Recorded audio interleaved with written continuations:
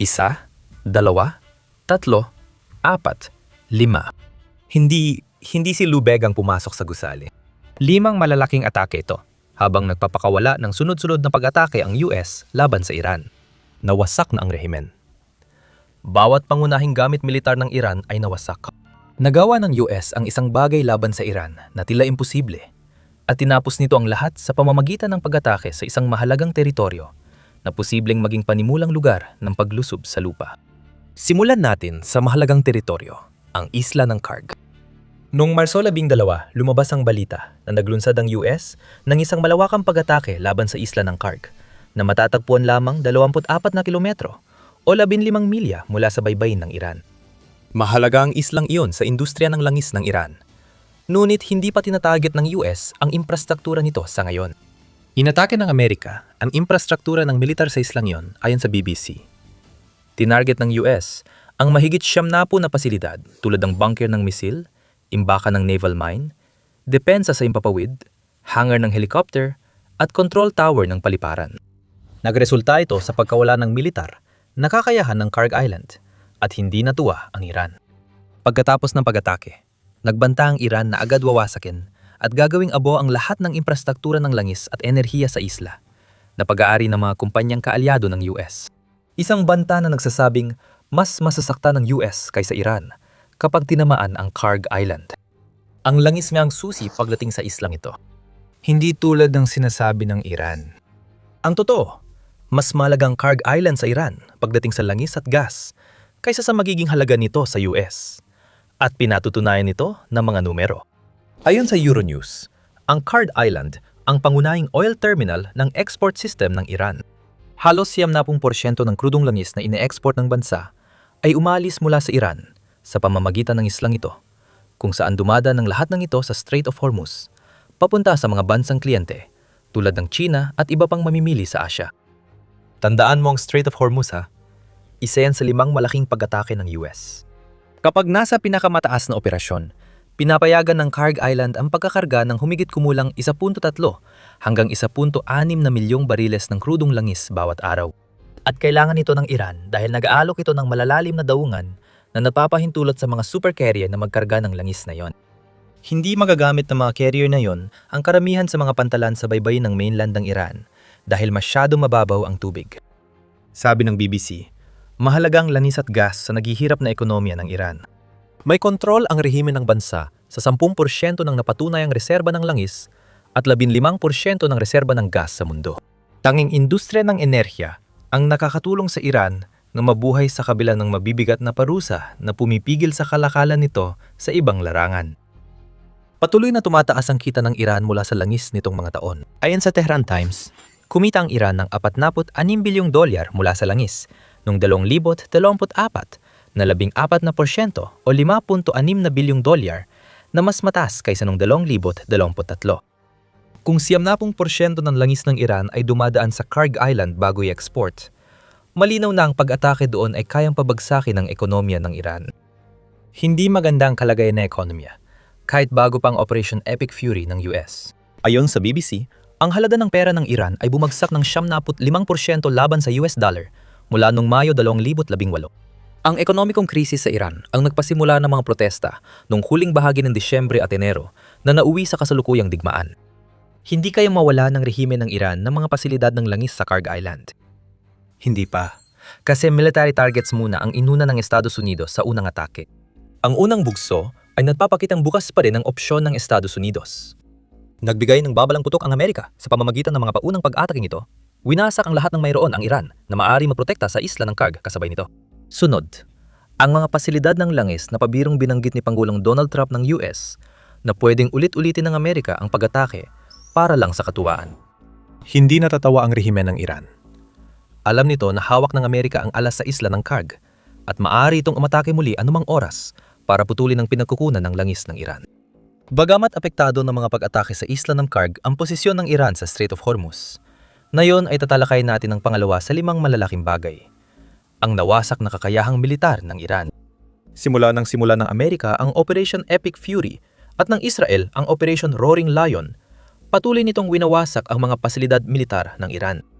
Nagsisimula ito sa pamunuan ng bansa.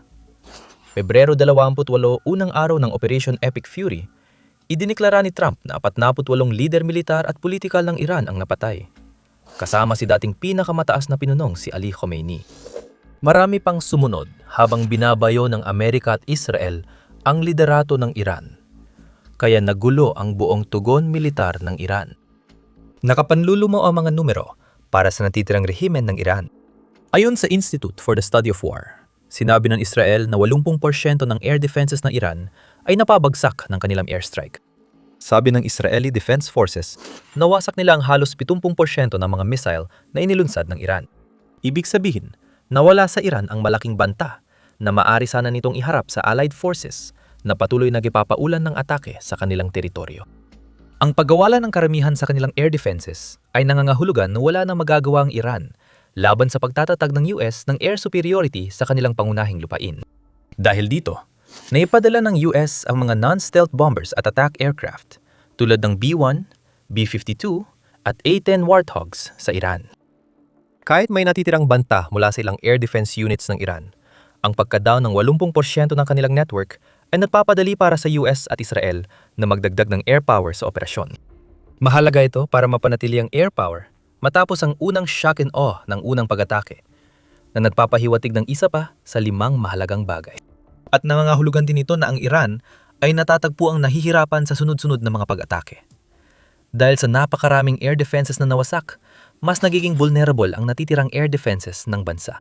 Sa bawat atake sa bahaging ito ng militar ng Iran, mas nabibigyan ng pagkakataon ang mga bomber at attack aircraft na tuparin ang kanilang misyon. Nabanggit natin na 70% ng mga pagpapalipad ng missile ayon sa IDF ay nawasak. At nakita natin ang epekto nito sa paggamit ng Iran ng ballistic missile. Patuloy na bumababa ang pagpapalipad ng missile ng Iran mula nang magsimula ang labanan. Ayon sa Times of Israel, namapan ng IDF ang pagbabang ito. Nagpakawala ang Iran ng 90 missile sa Israel sa unang araw ng digmaan, naging 60 na lang kinabukasan. Pagkatapos noon, nagpalipad ang Iran ng 20 missile araw-araw ng halos isang linggo, pero ngayon mas kaunti na. Ang mga nasirang paglulunsad ang pangunahing dahilan ng pagkawala ng firepower na ito at malaking dagok ito para sa Iran. May dahilan kung bakit nag-ipon ang bansa ng mahigit 2,000 short-range ballistic missiles bago ang digmaan at balak pang dagdagan. Plano sana nitong gamitin ang missile swarm laban sa Israel at US. Pero hindi na ito magagawa ng Iran na yon.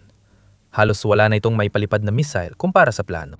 At dagdag pa sa problemang yon, ang mga pag-atake sa mga lugar ng paglulunsad ng drone ng Iran ay nagresulta sa pagbaba ng mga paglulunsad ng unmanned aerial vehicles ng 90%, 5% kumpara sa unang araw ng Operation Epic Fury, ayon kay US Secretary of War Pete Hegseth.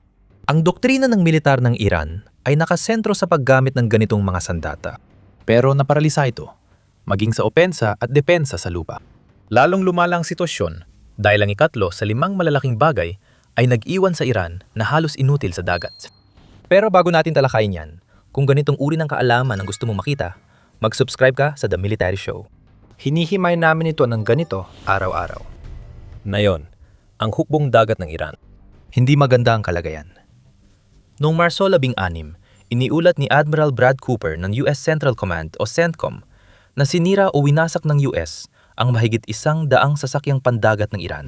Malaking tagumpay yon, lalo na't ayon sa Global Firepower, 109 ang sasakyang pandagat ng hukbong dagat ng Iran bagong Operation Epic Fury.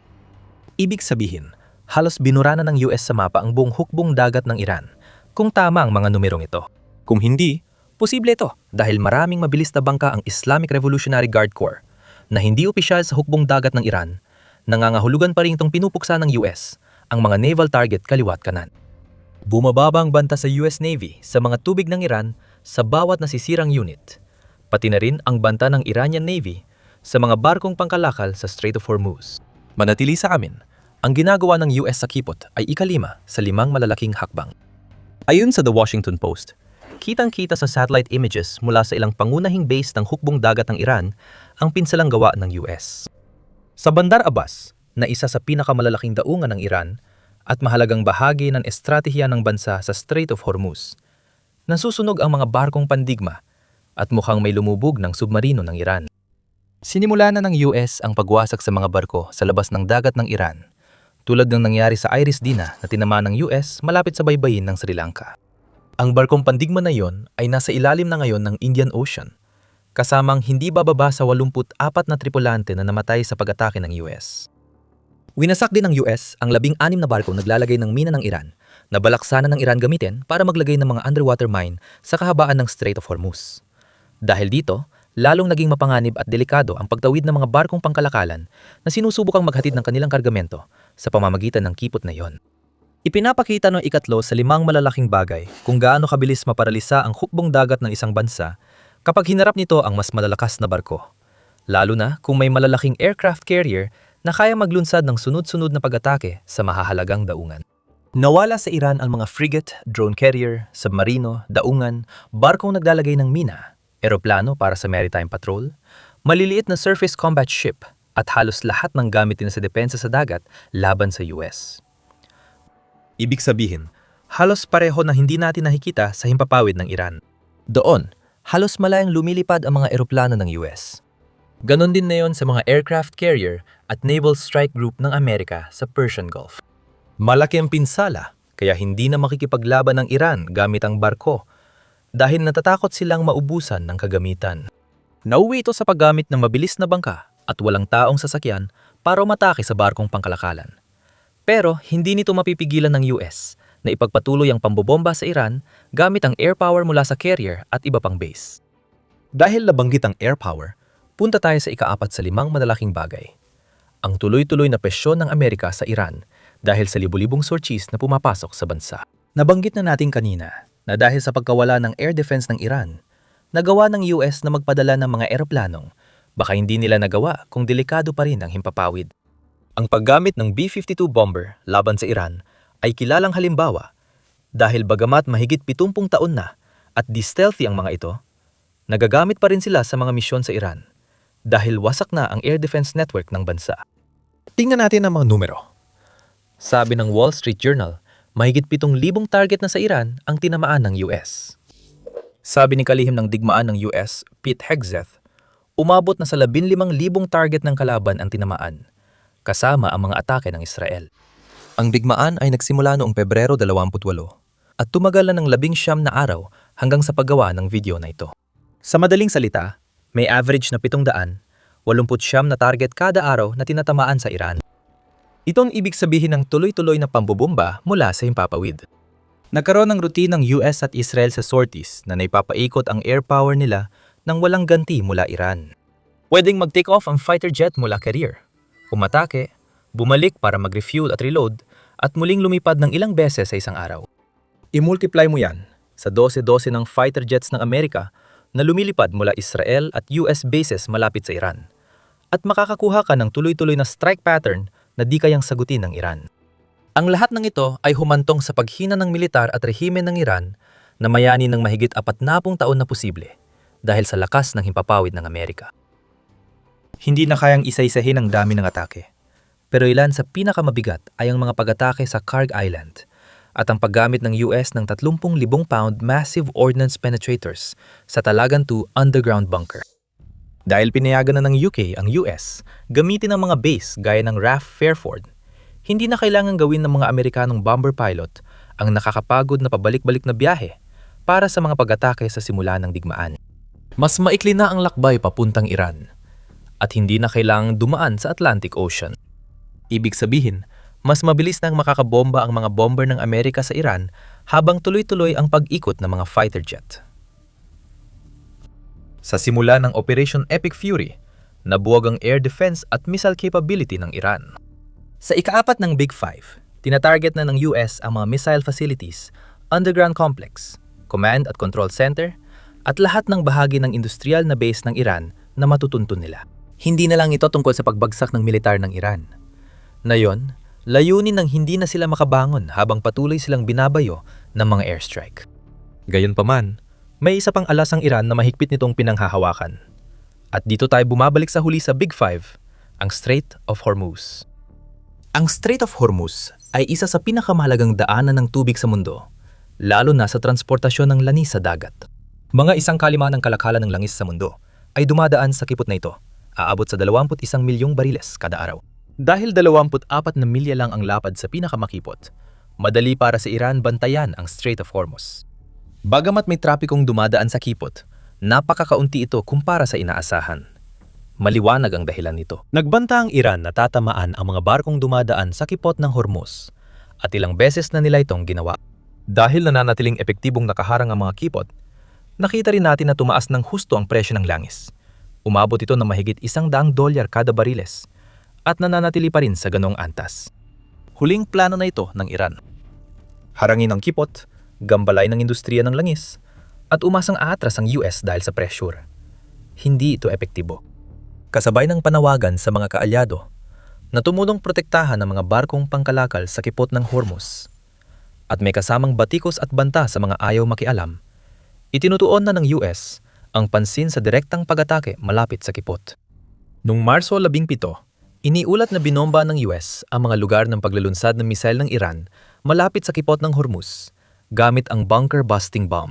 Inanunsyo ng CENTCOM na ilang oras nang nakalipas, matagumpay na ginamit ng US ang 5,000 libra na deep penetrator munitions laban sa matitibay na lugar ng misail ng Iran malapit sa Kipot ng Hormuz. Bagamat tila isa na namang pag-atake sa mga lugar ng misail ng Iran, ang layunin ng mga ito ay pigilan ng anti-ship cruise missiles ng Iran na banta sa mga barkong pangkalakalan sa Kipot. Matapos sirain ng US ang militar at liderato ng Iran at magbanta sa ekonomiya nito, aktibo na nitong pinoprotektahan ang mahalagang daanan ng tubig at posibleng may iba pang mangyari. Nagpadala rin ng US ng 31 Marine Expeditionary Unit sa gitnang silangan. Ang unit na yon, na binubuo ng humigit kumulang 2,000 at 200 US Marines, kasamang mga kagamitan tulad ng amphibious assault vessels, ay inaasahang darating sa katapusan ng Marso. Kapag nasa Persian Gulf na, pwedeng magsimula ang unit ng coastal raid sa mahahalagang Iranian military nodes sa baybayin ng Kipot ng Hormuz. Maaring sakupin ng US ang mga dati ng binumbang daungan at missile launch sites para gawing buffer zone, maglagay ng air defense, at bawasan ang banta ng Iran sa Kipot mula sa loob ng kanilang mainland. Kung sasama ang ibang mga bansa sa US sa pagtatanggol ng Kipot na yon, gaya ng pinag-iisipan ng Pransya kapag humupa ng sitwasyon sa daanan ng tubig, mawawala sa Iran ang huling natitirang alas nito. Nais nang humihin ang rehimen ng Iran na pigilan ng oil price shock ang mga plano ng US. Imbes na sumuko sa presyon, pinalabas ng US ang ikalima sa Big Five sa Kipot ng Hormuz at posibleng may iba pa silang hakbang na nakatago. Sunod-sunod na dagok ang sumira sa Iran. Pinapakita ng Big Five na kontrolado ng US ang Operation Epic Fury. Para naman sa Iran, ang kanilang estrukturang militar, pati na rin ang kanilang rehimen, ay lalong humihina araw-araw. Habang nagpapatuloy ang US, posibleng may mga pag-atake pa sa iba pang node sa Kipot ng Hormuz at Kaag Island na mapapalala sa sitwasyon ng Iran. Oh, siya nga pala, hindi pa nababanggit na nagdala rin ng US ng mga sandatang parang hinugot mula sa isang sci-fi na pelikula para sa Operation Epic Fury. May laser na silang ginagamit para pigilan ang drone attacks ng Iran laban sa US. Interesado ka bang malaman paano? Panurin ang video namin tungkol sa mga napakamodernong sandatang hindi kailanman inakala ng Iran na gagamitin. Kung nagustuhan mo ang video, mag-subscribe sa The Military Show para sa iba pang coverage tungkol sa digmaan sa Iran. Salamat sa panonood.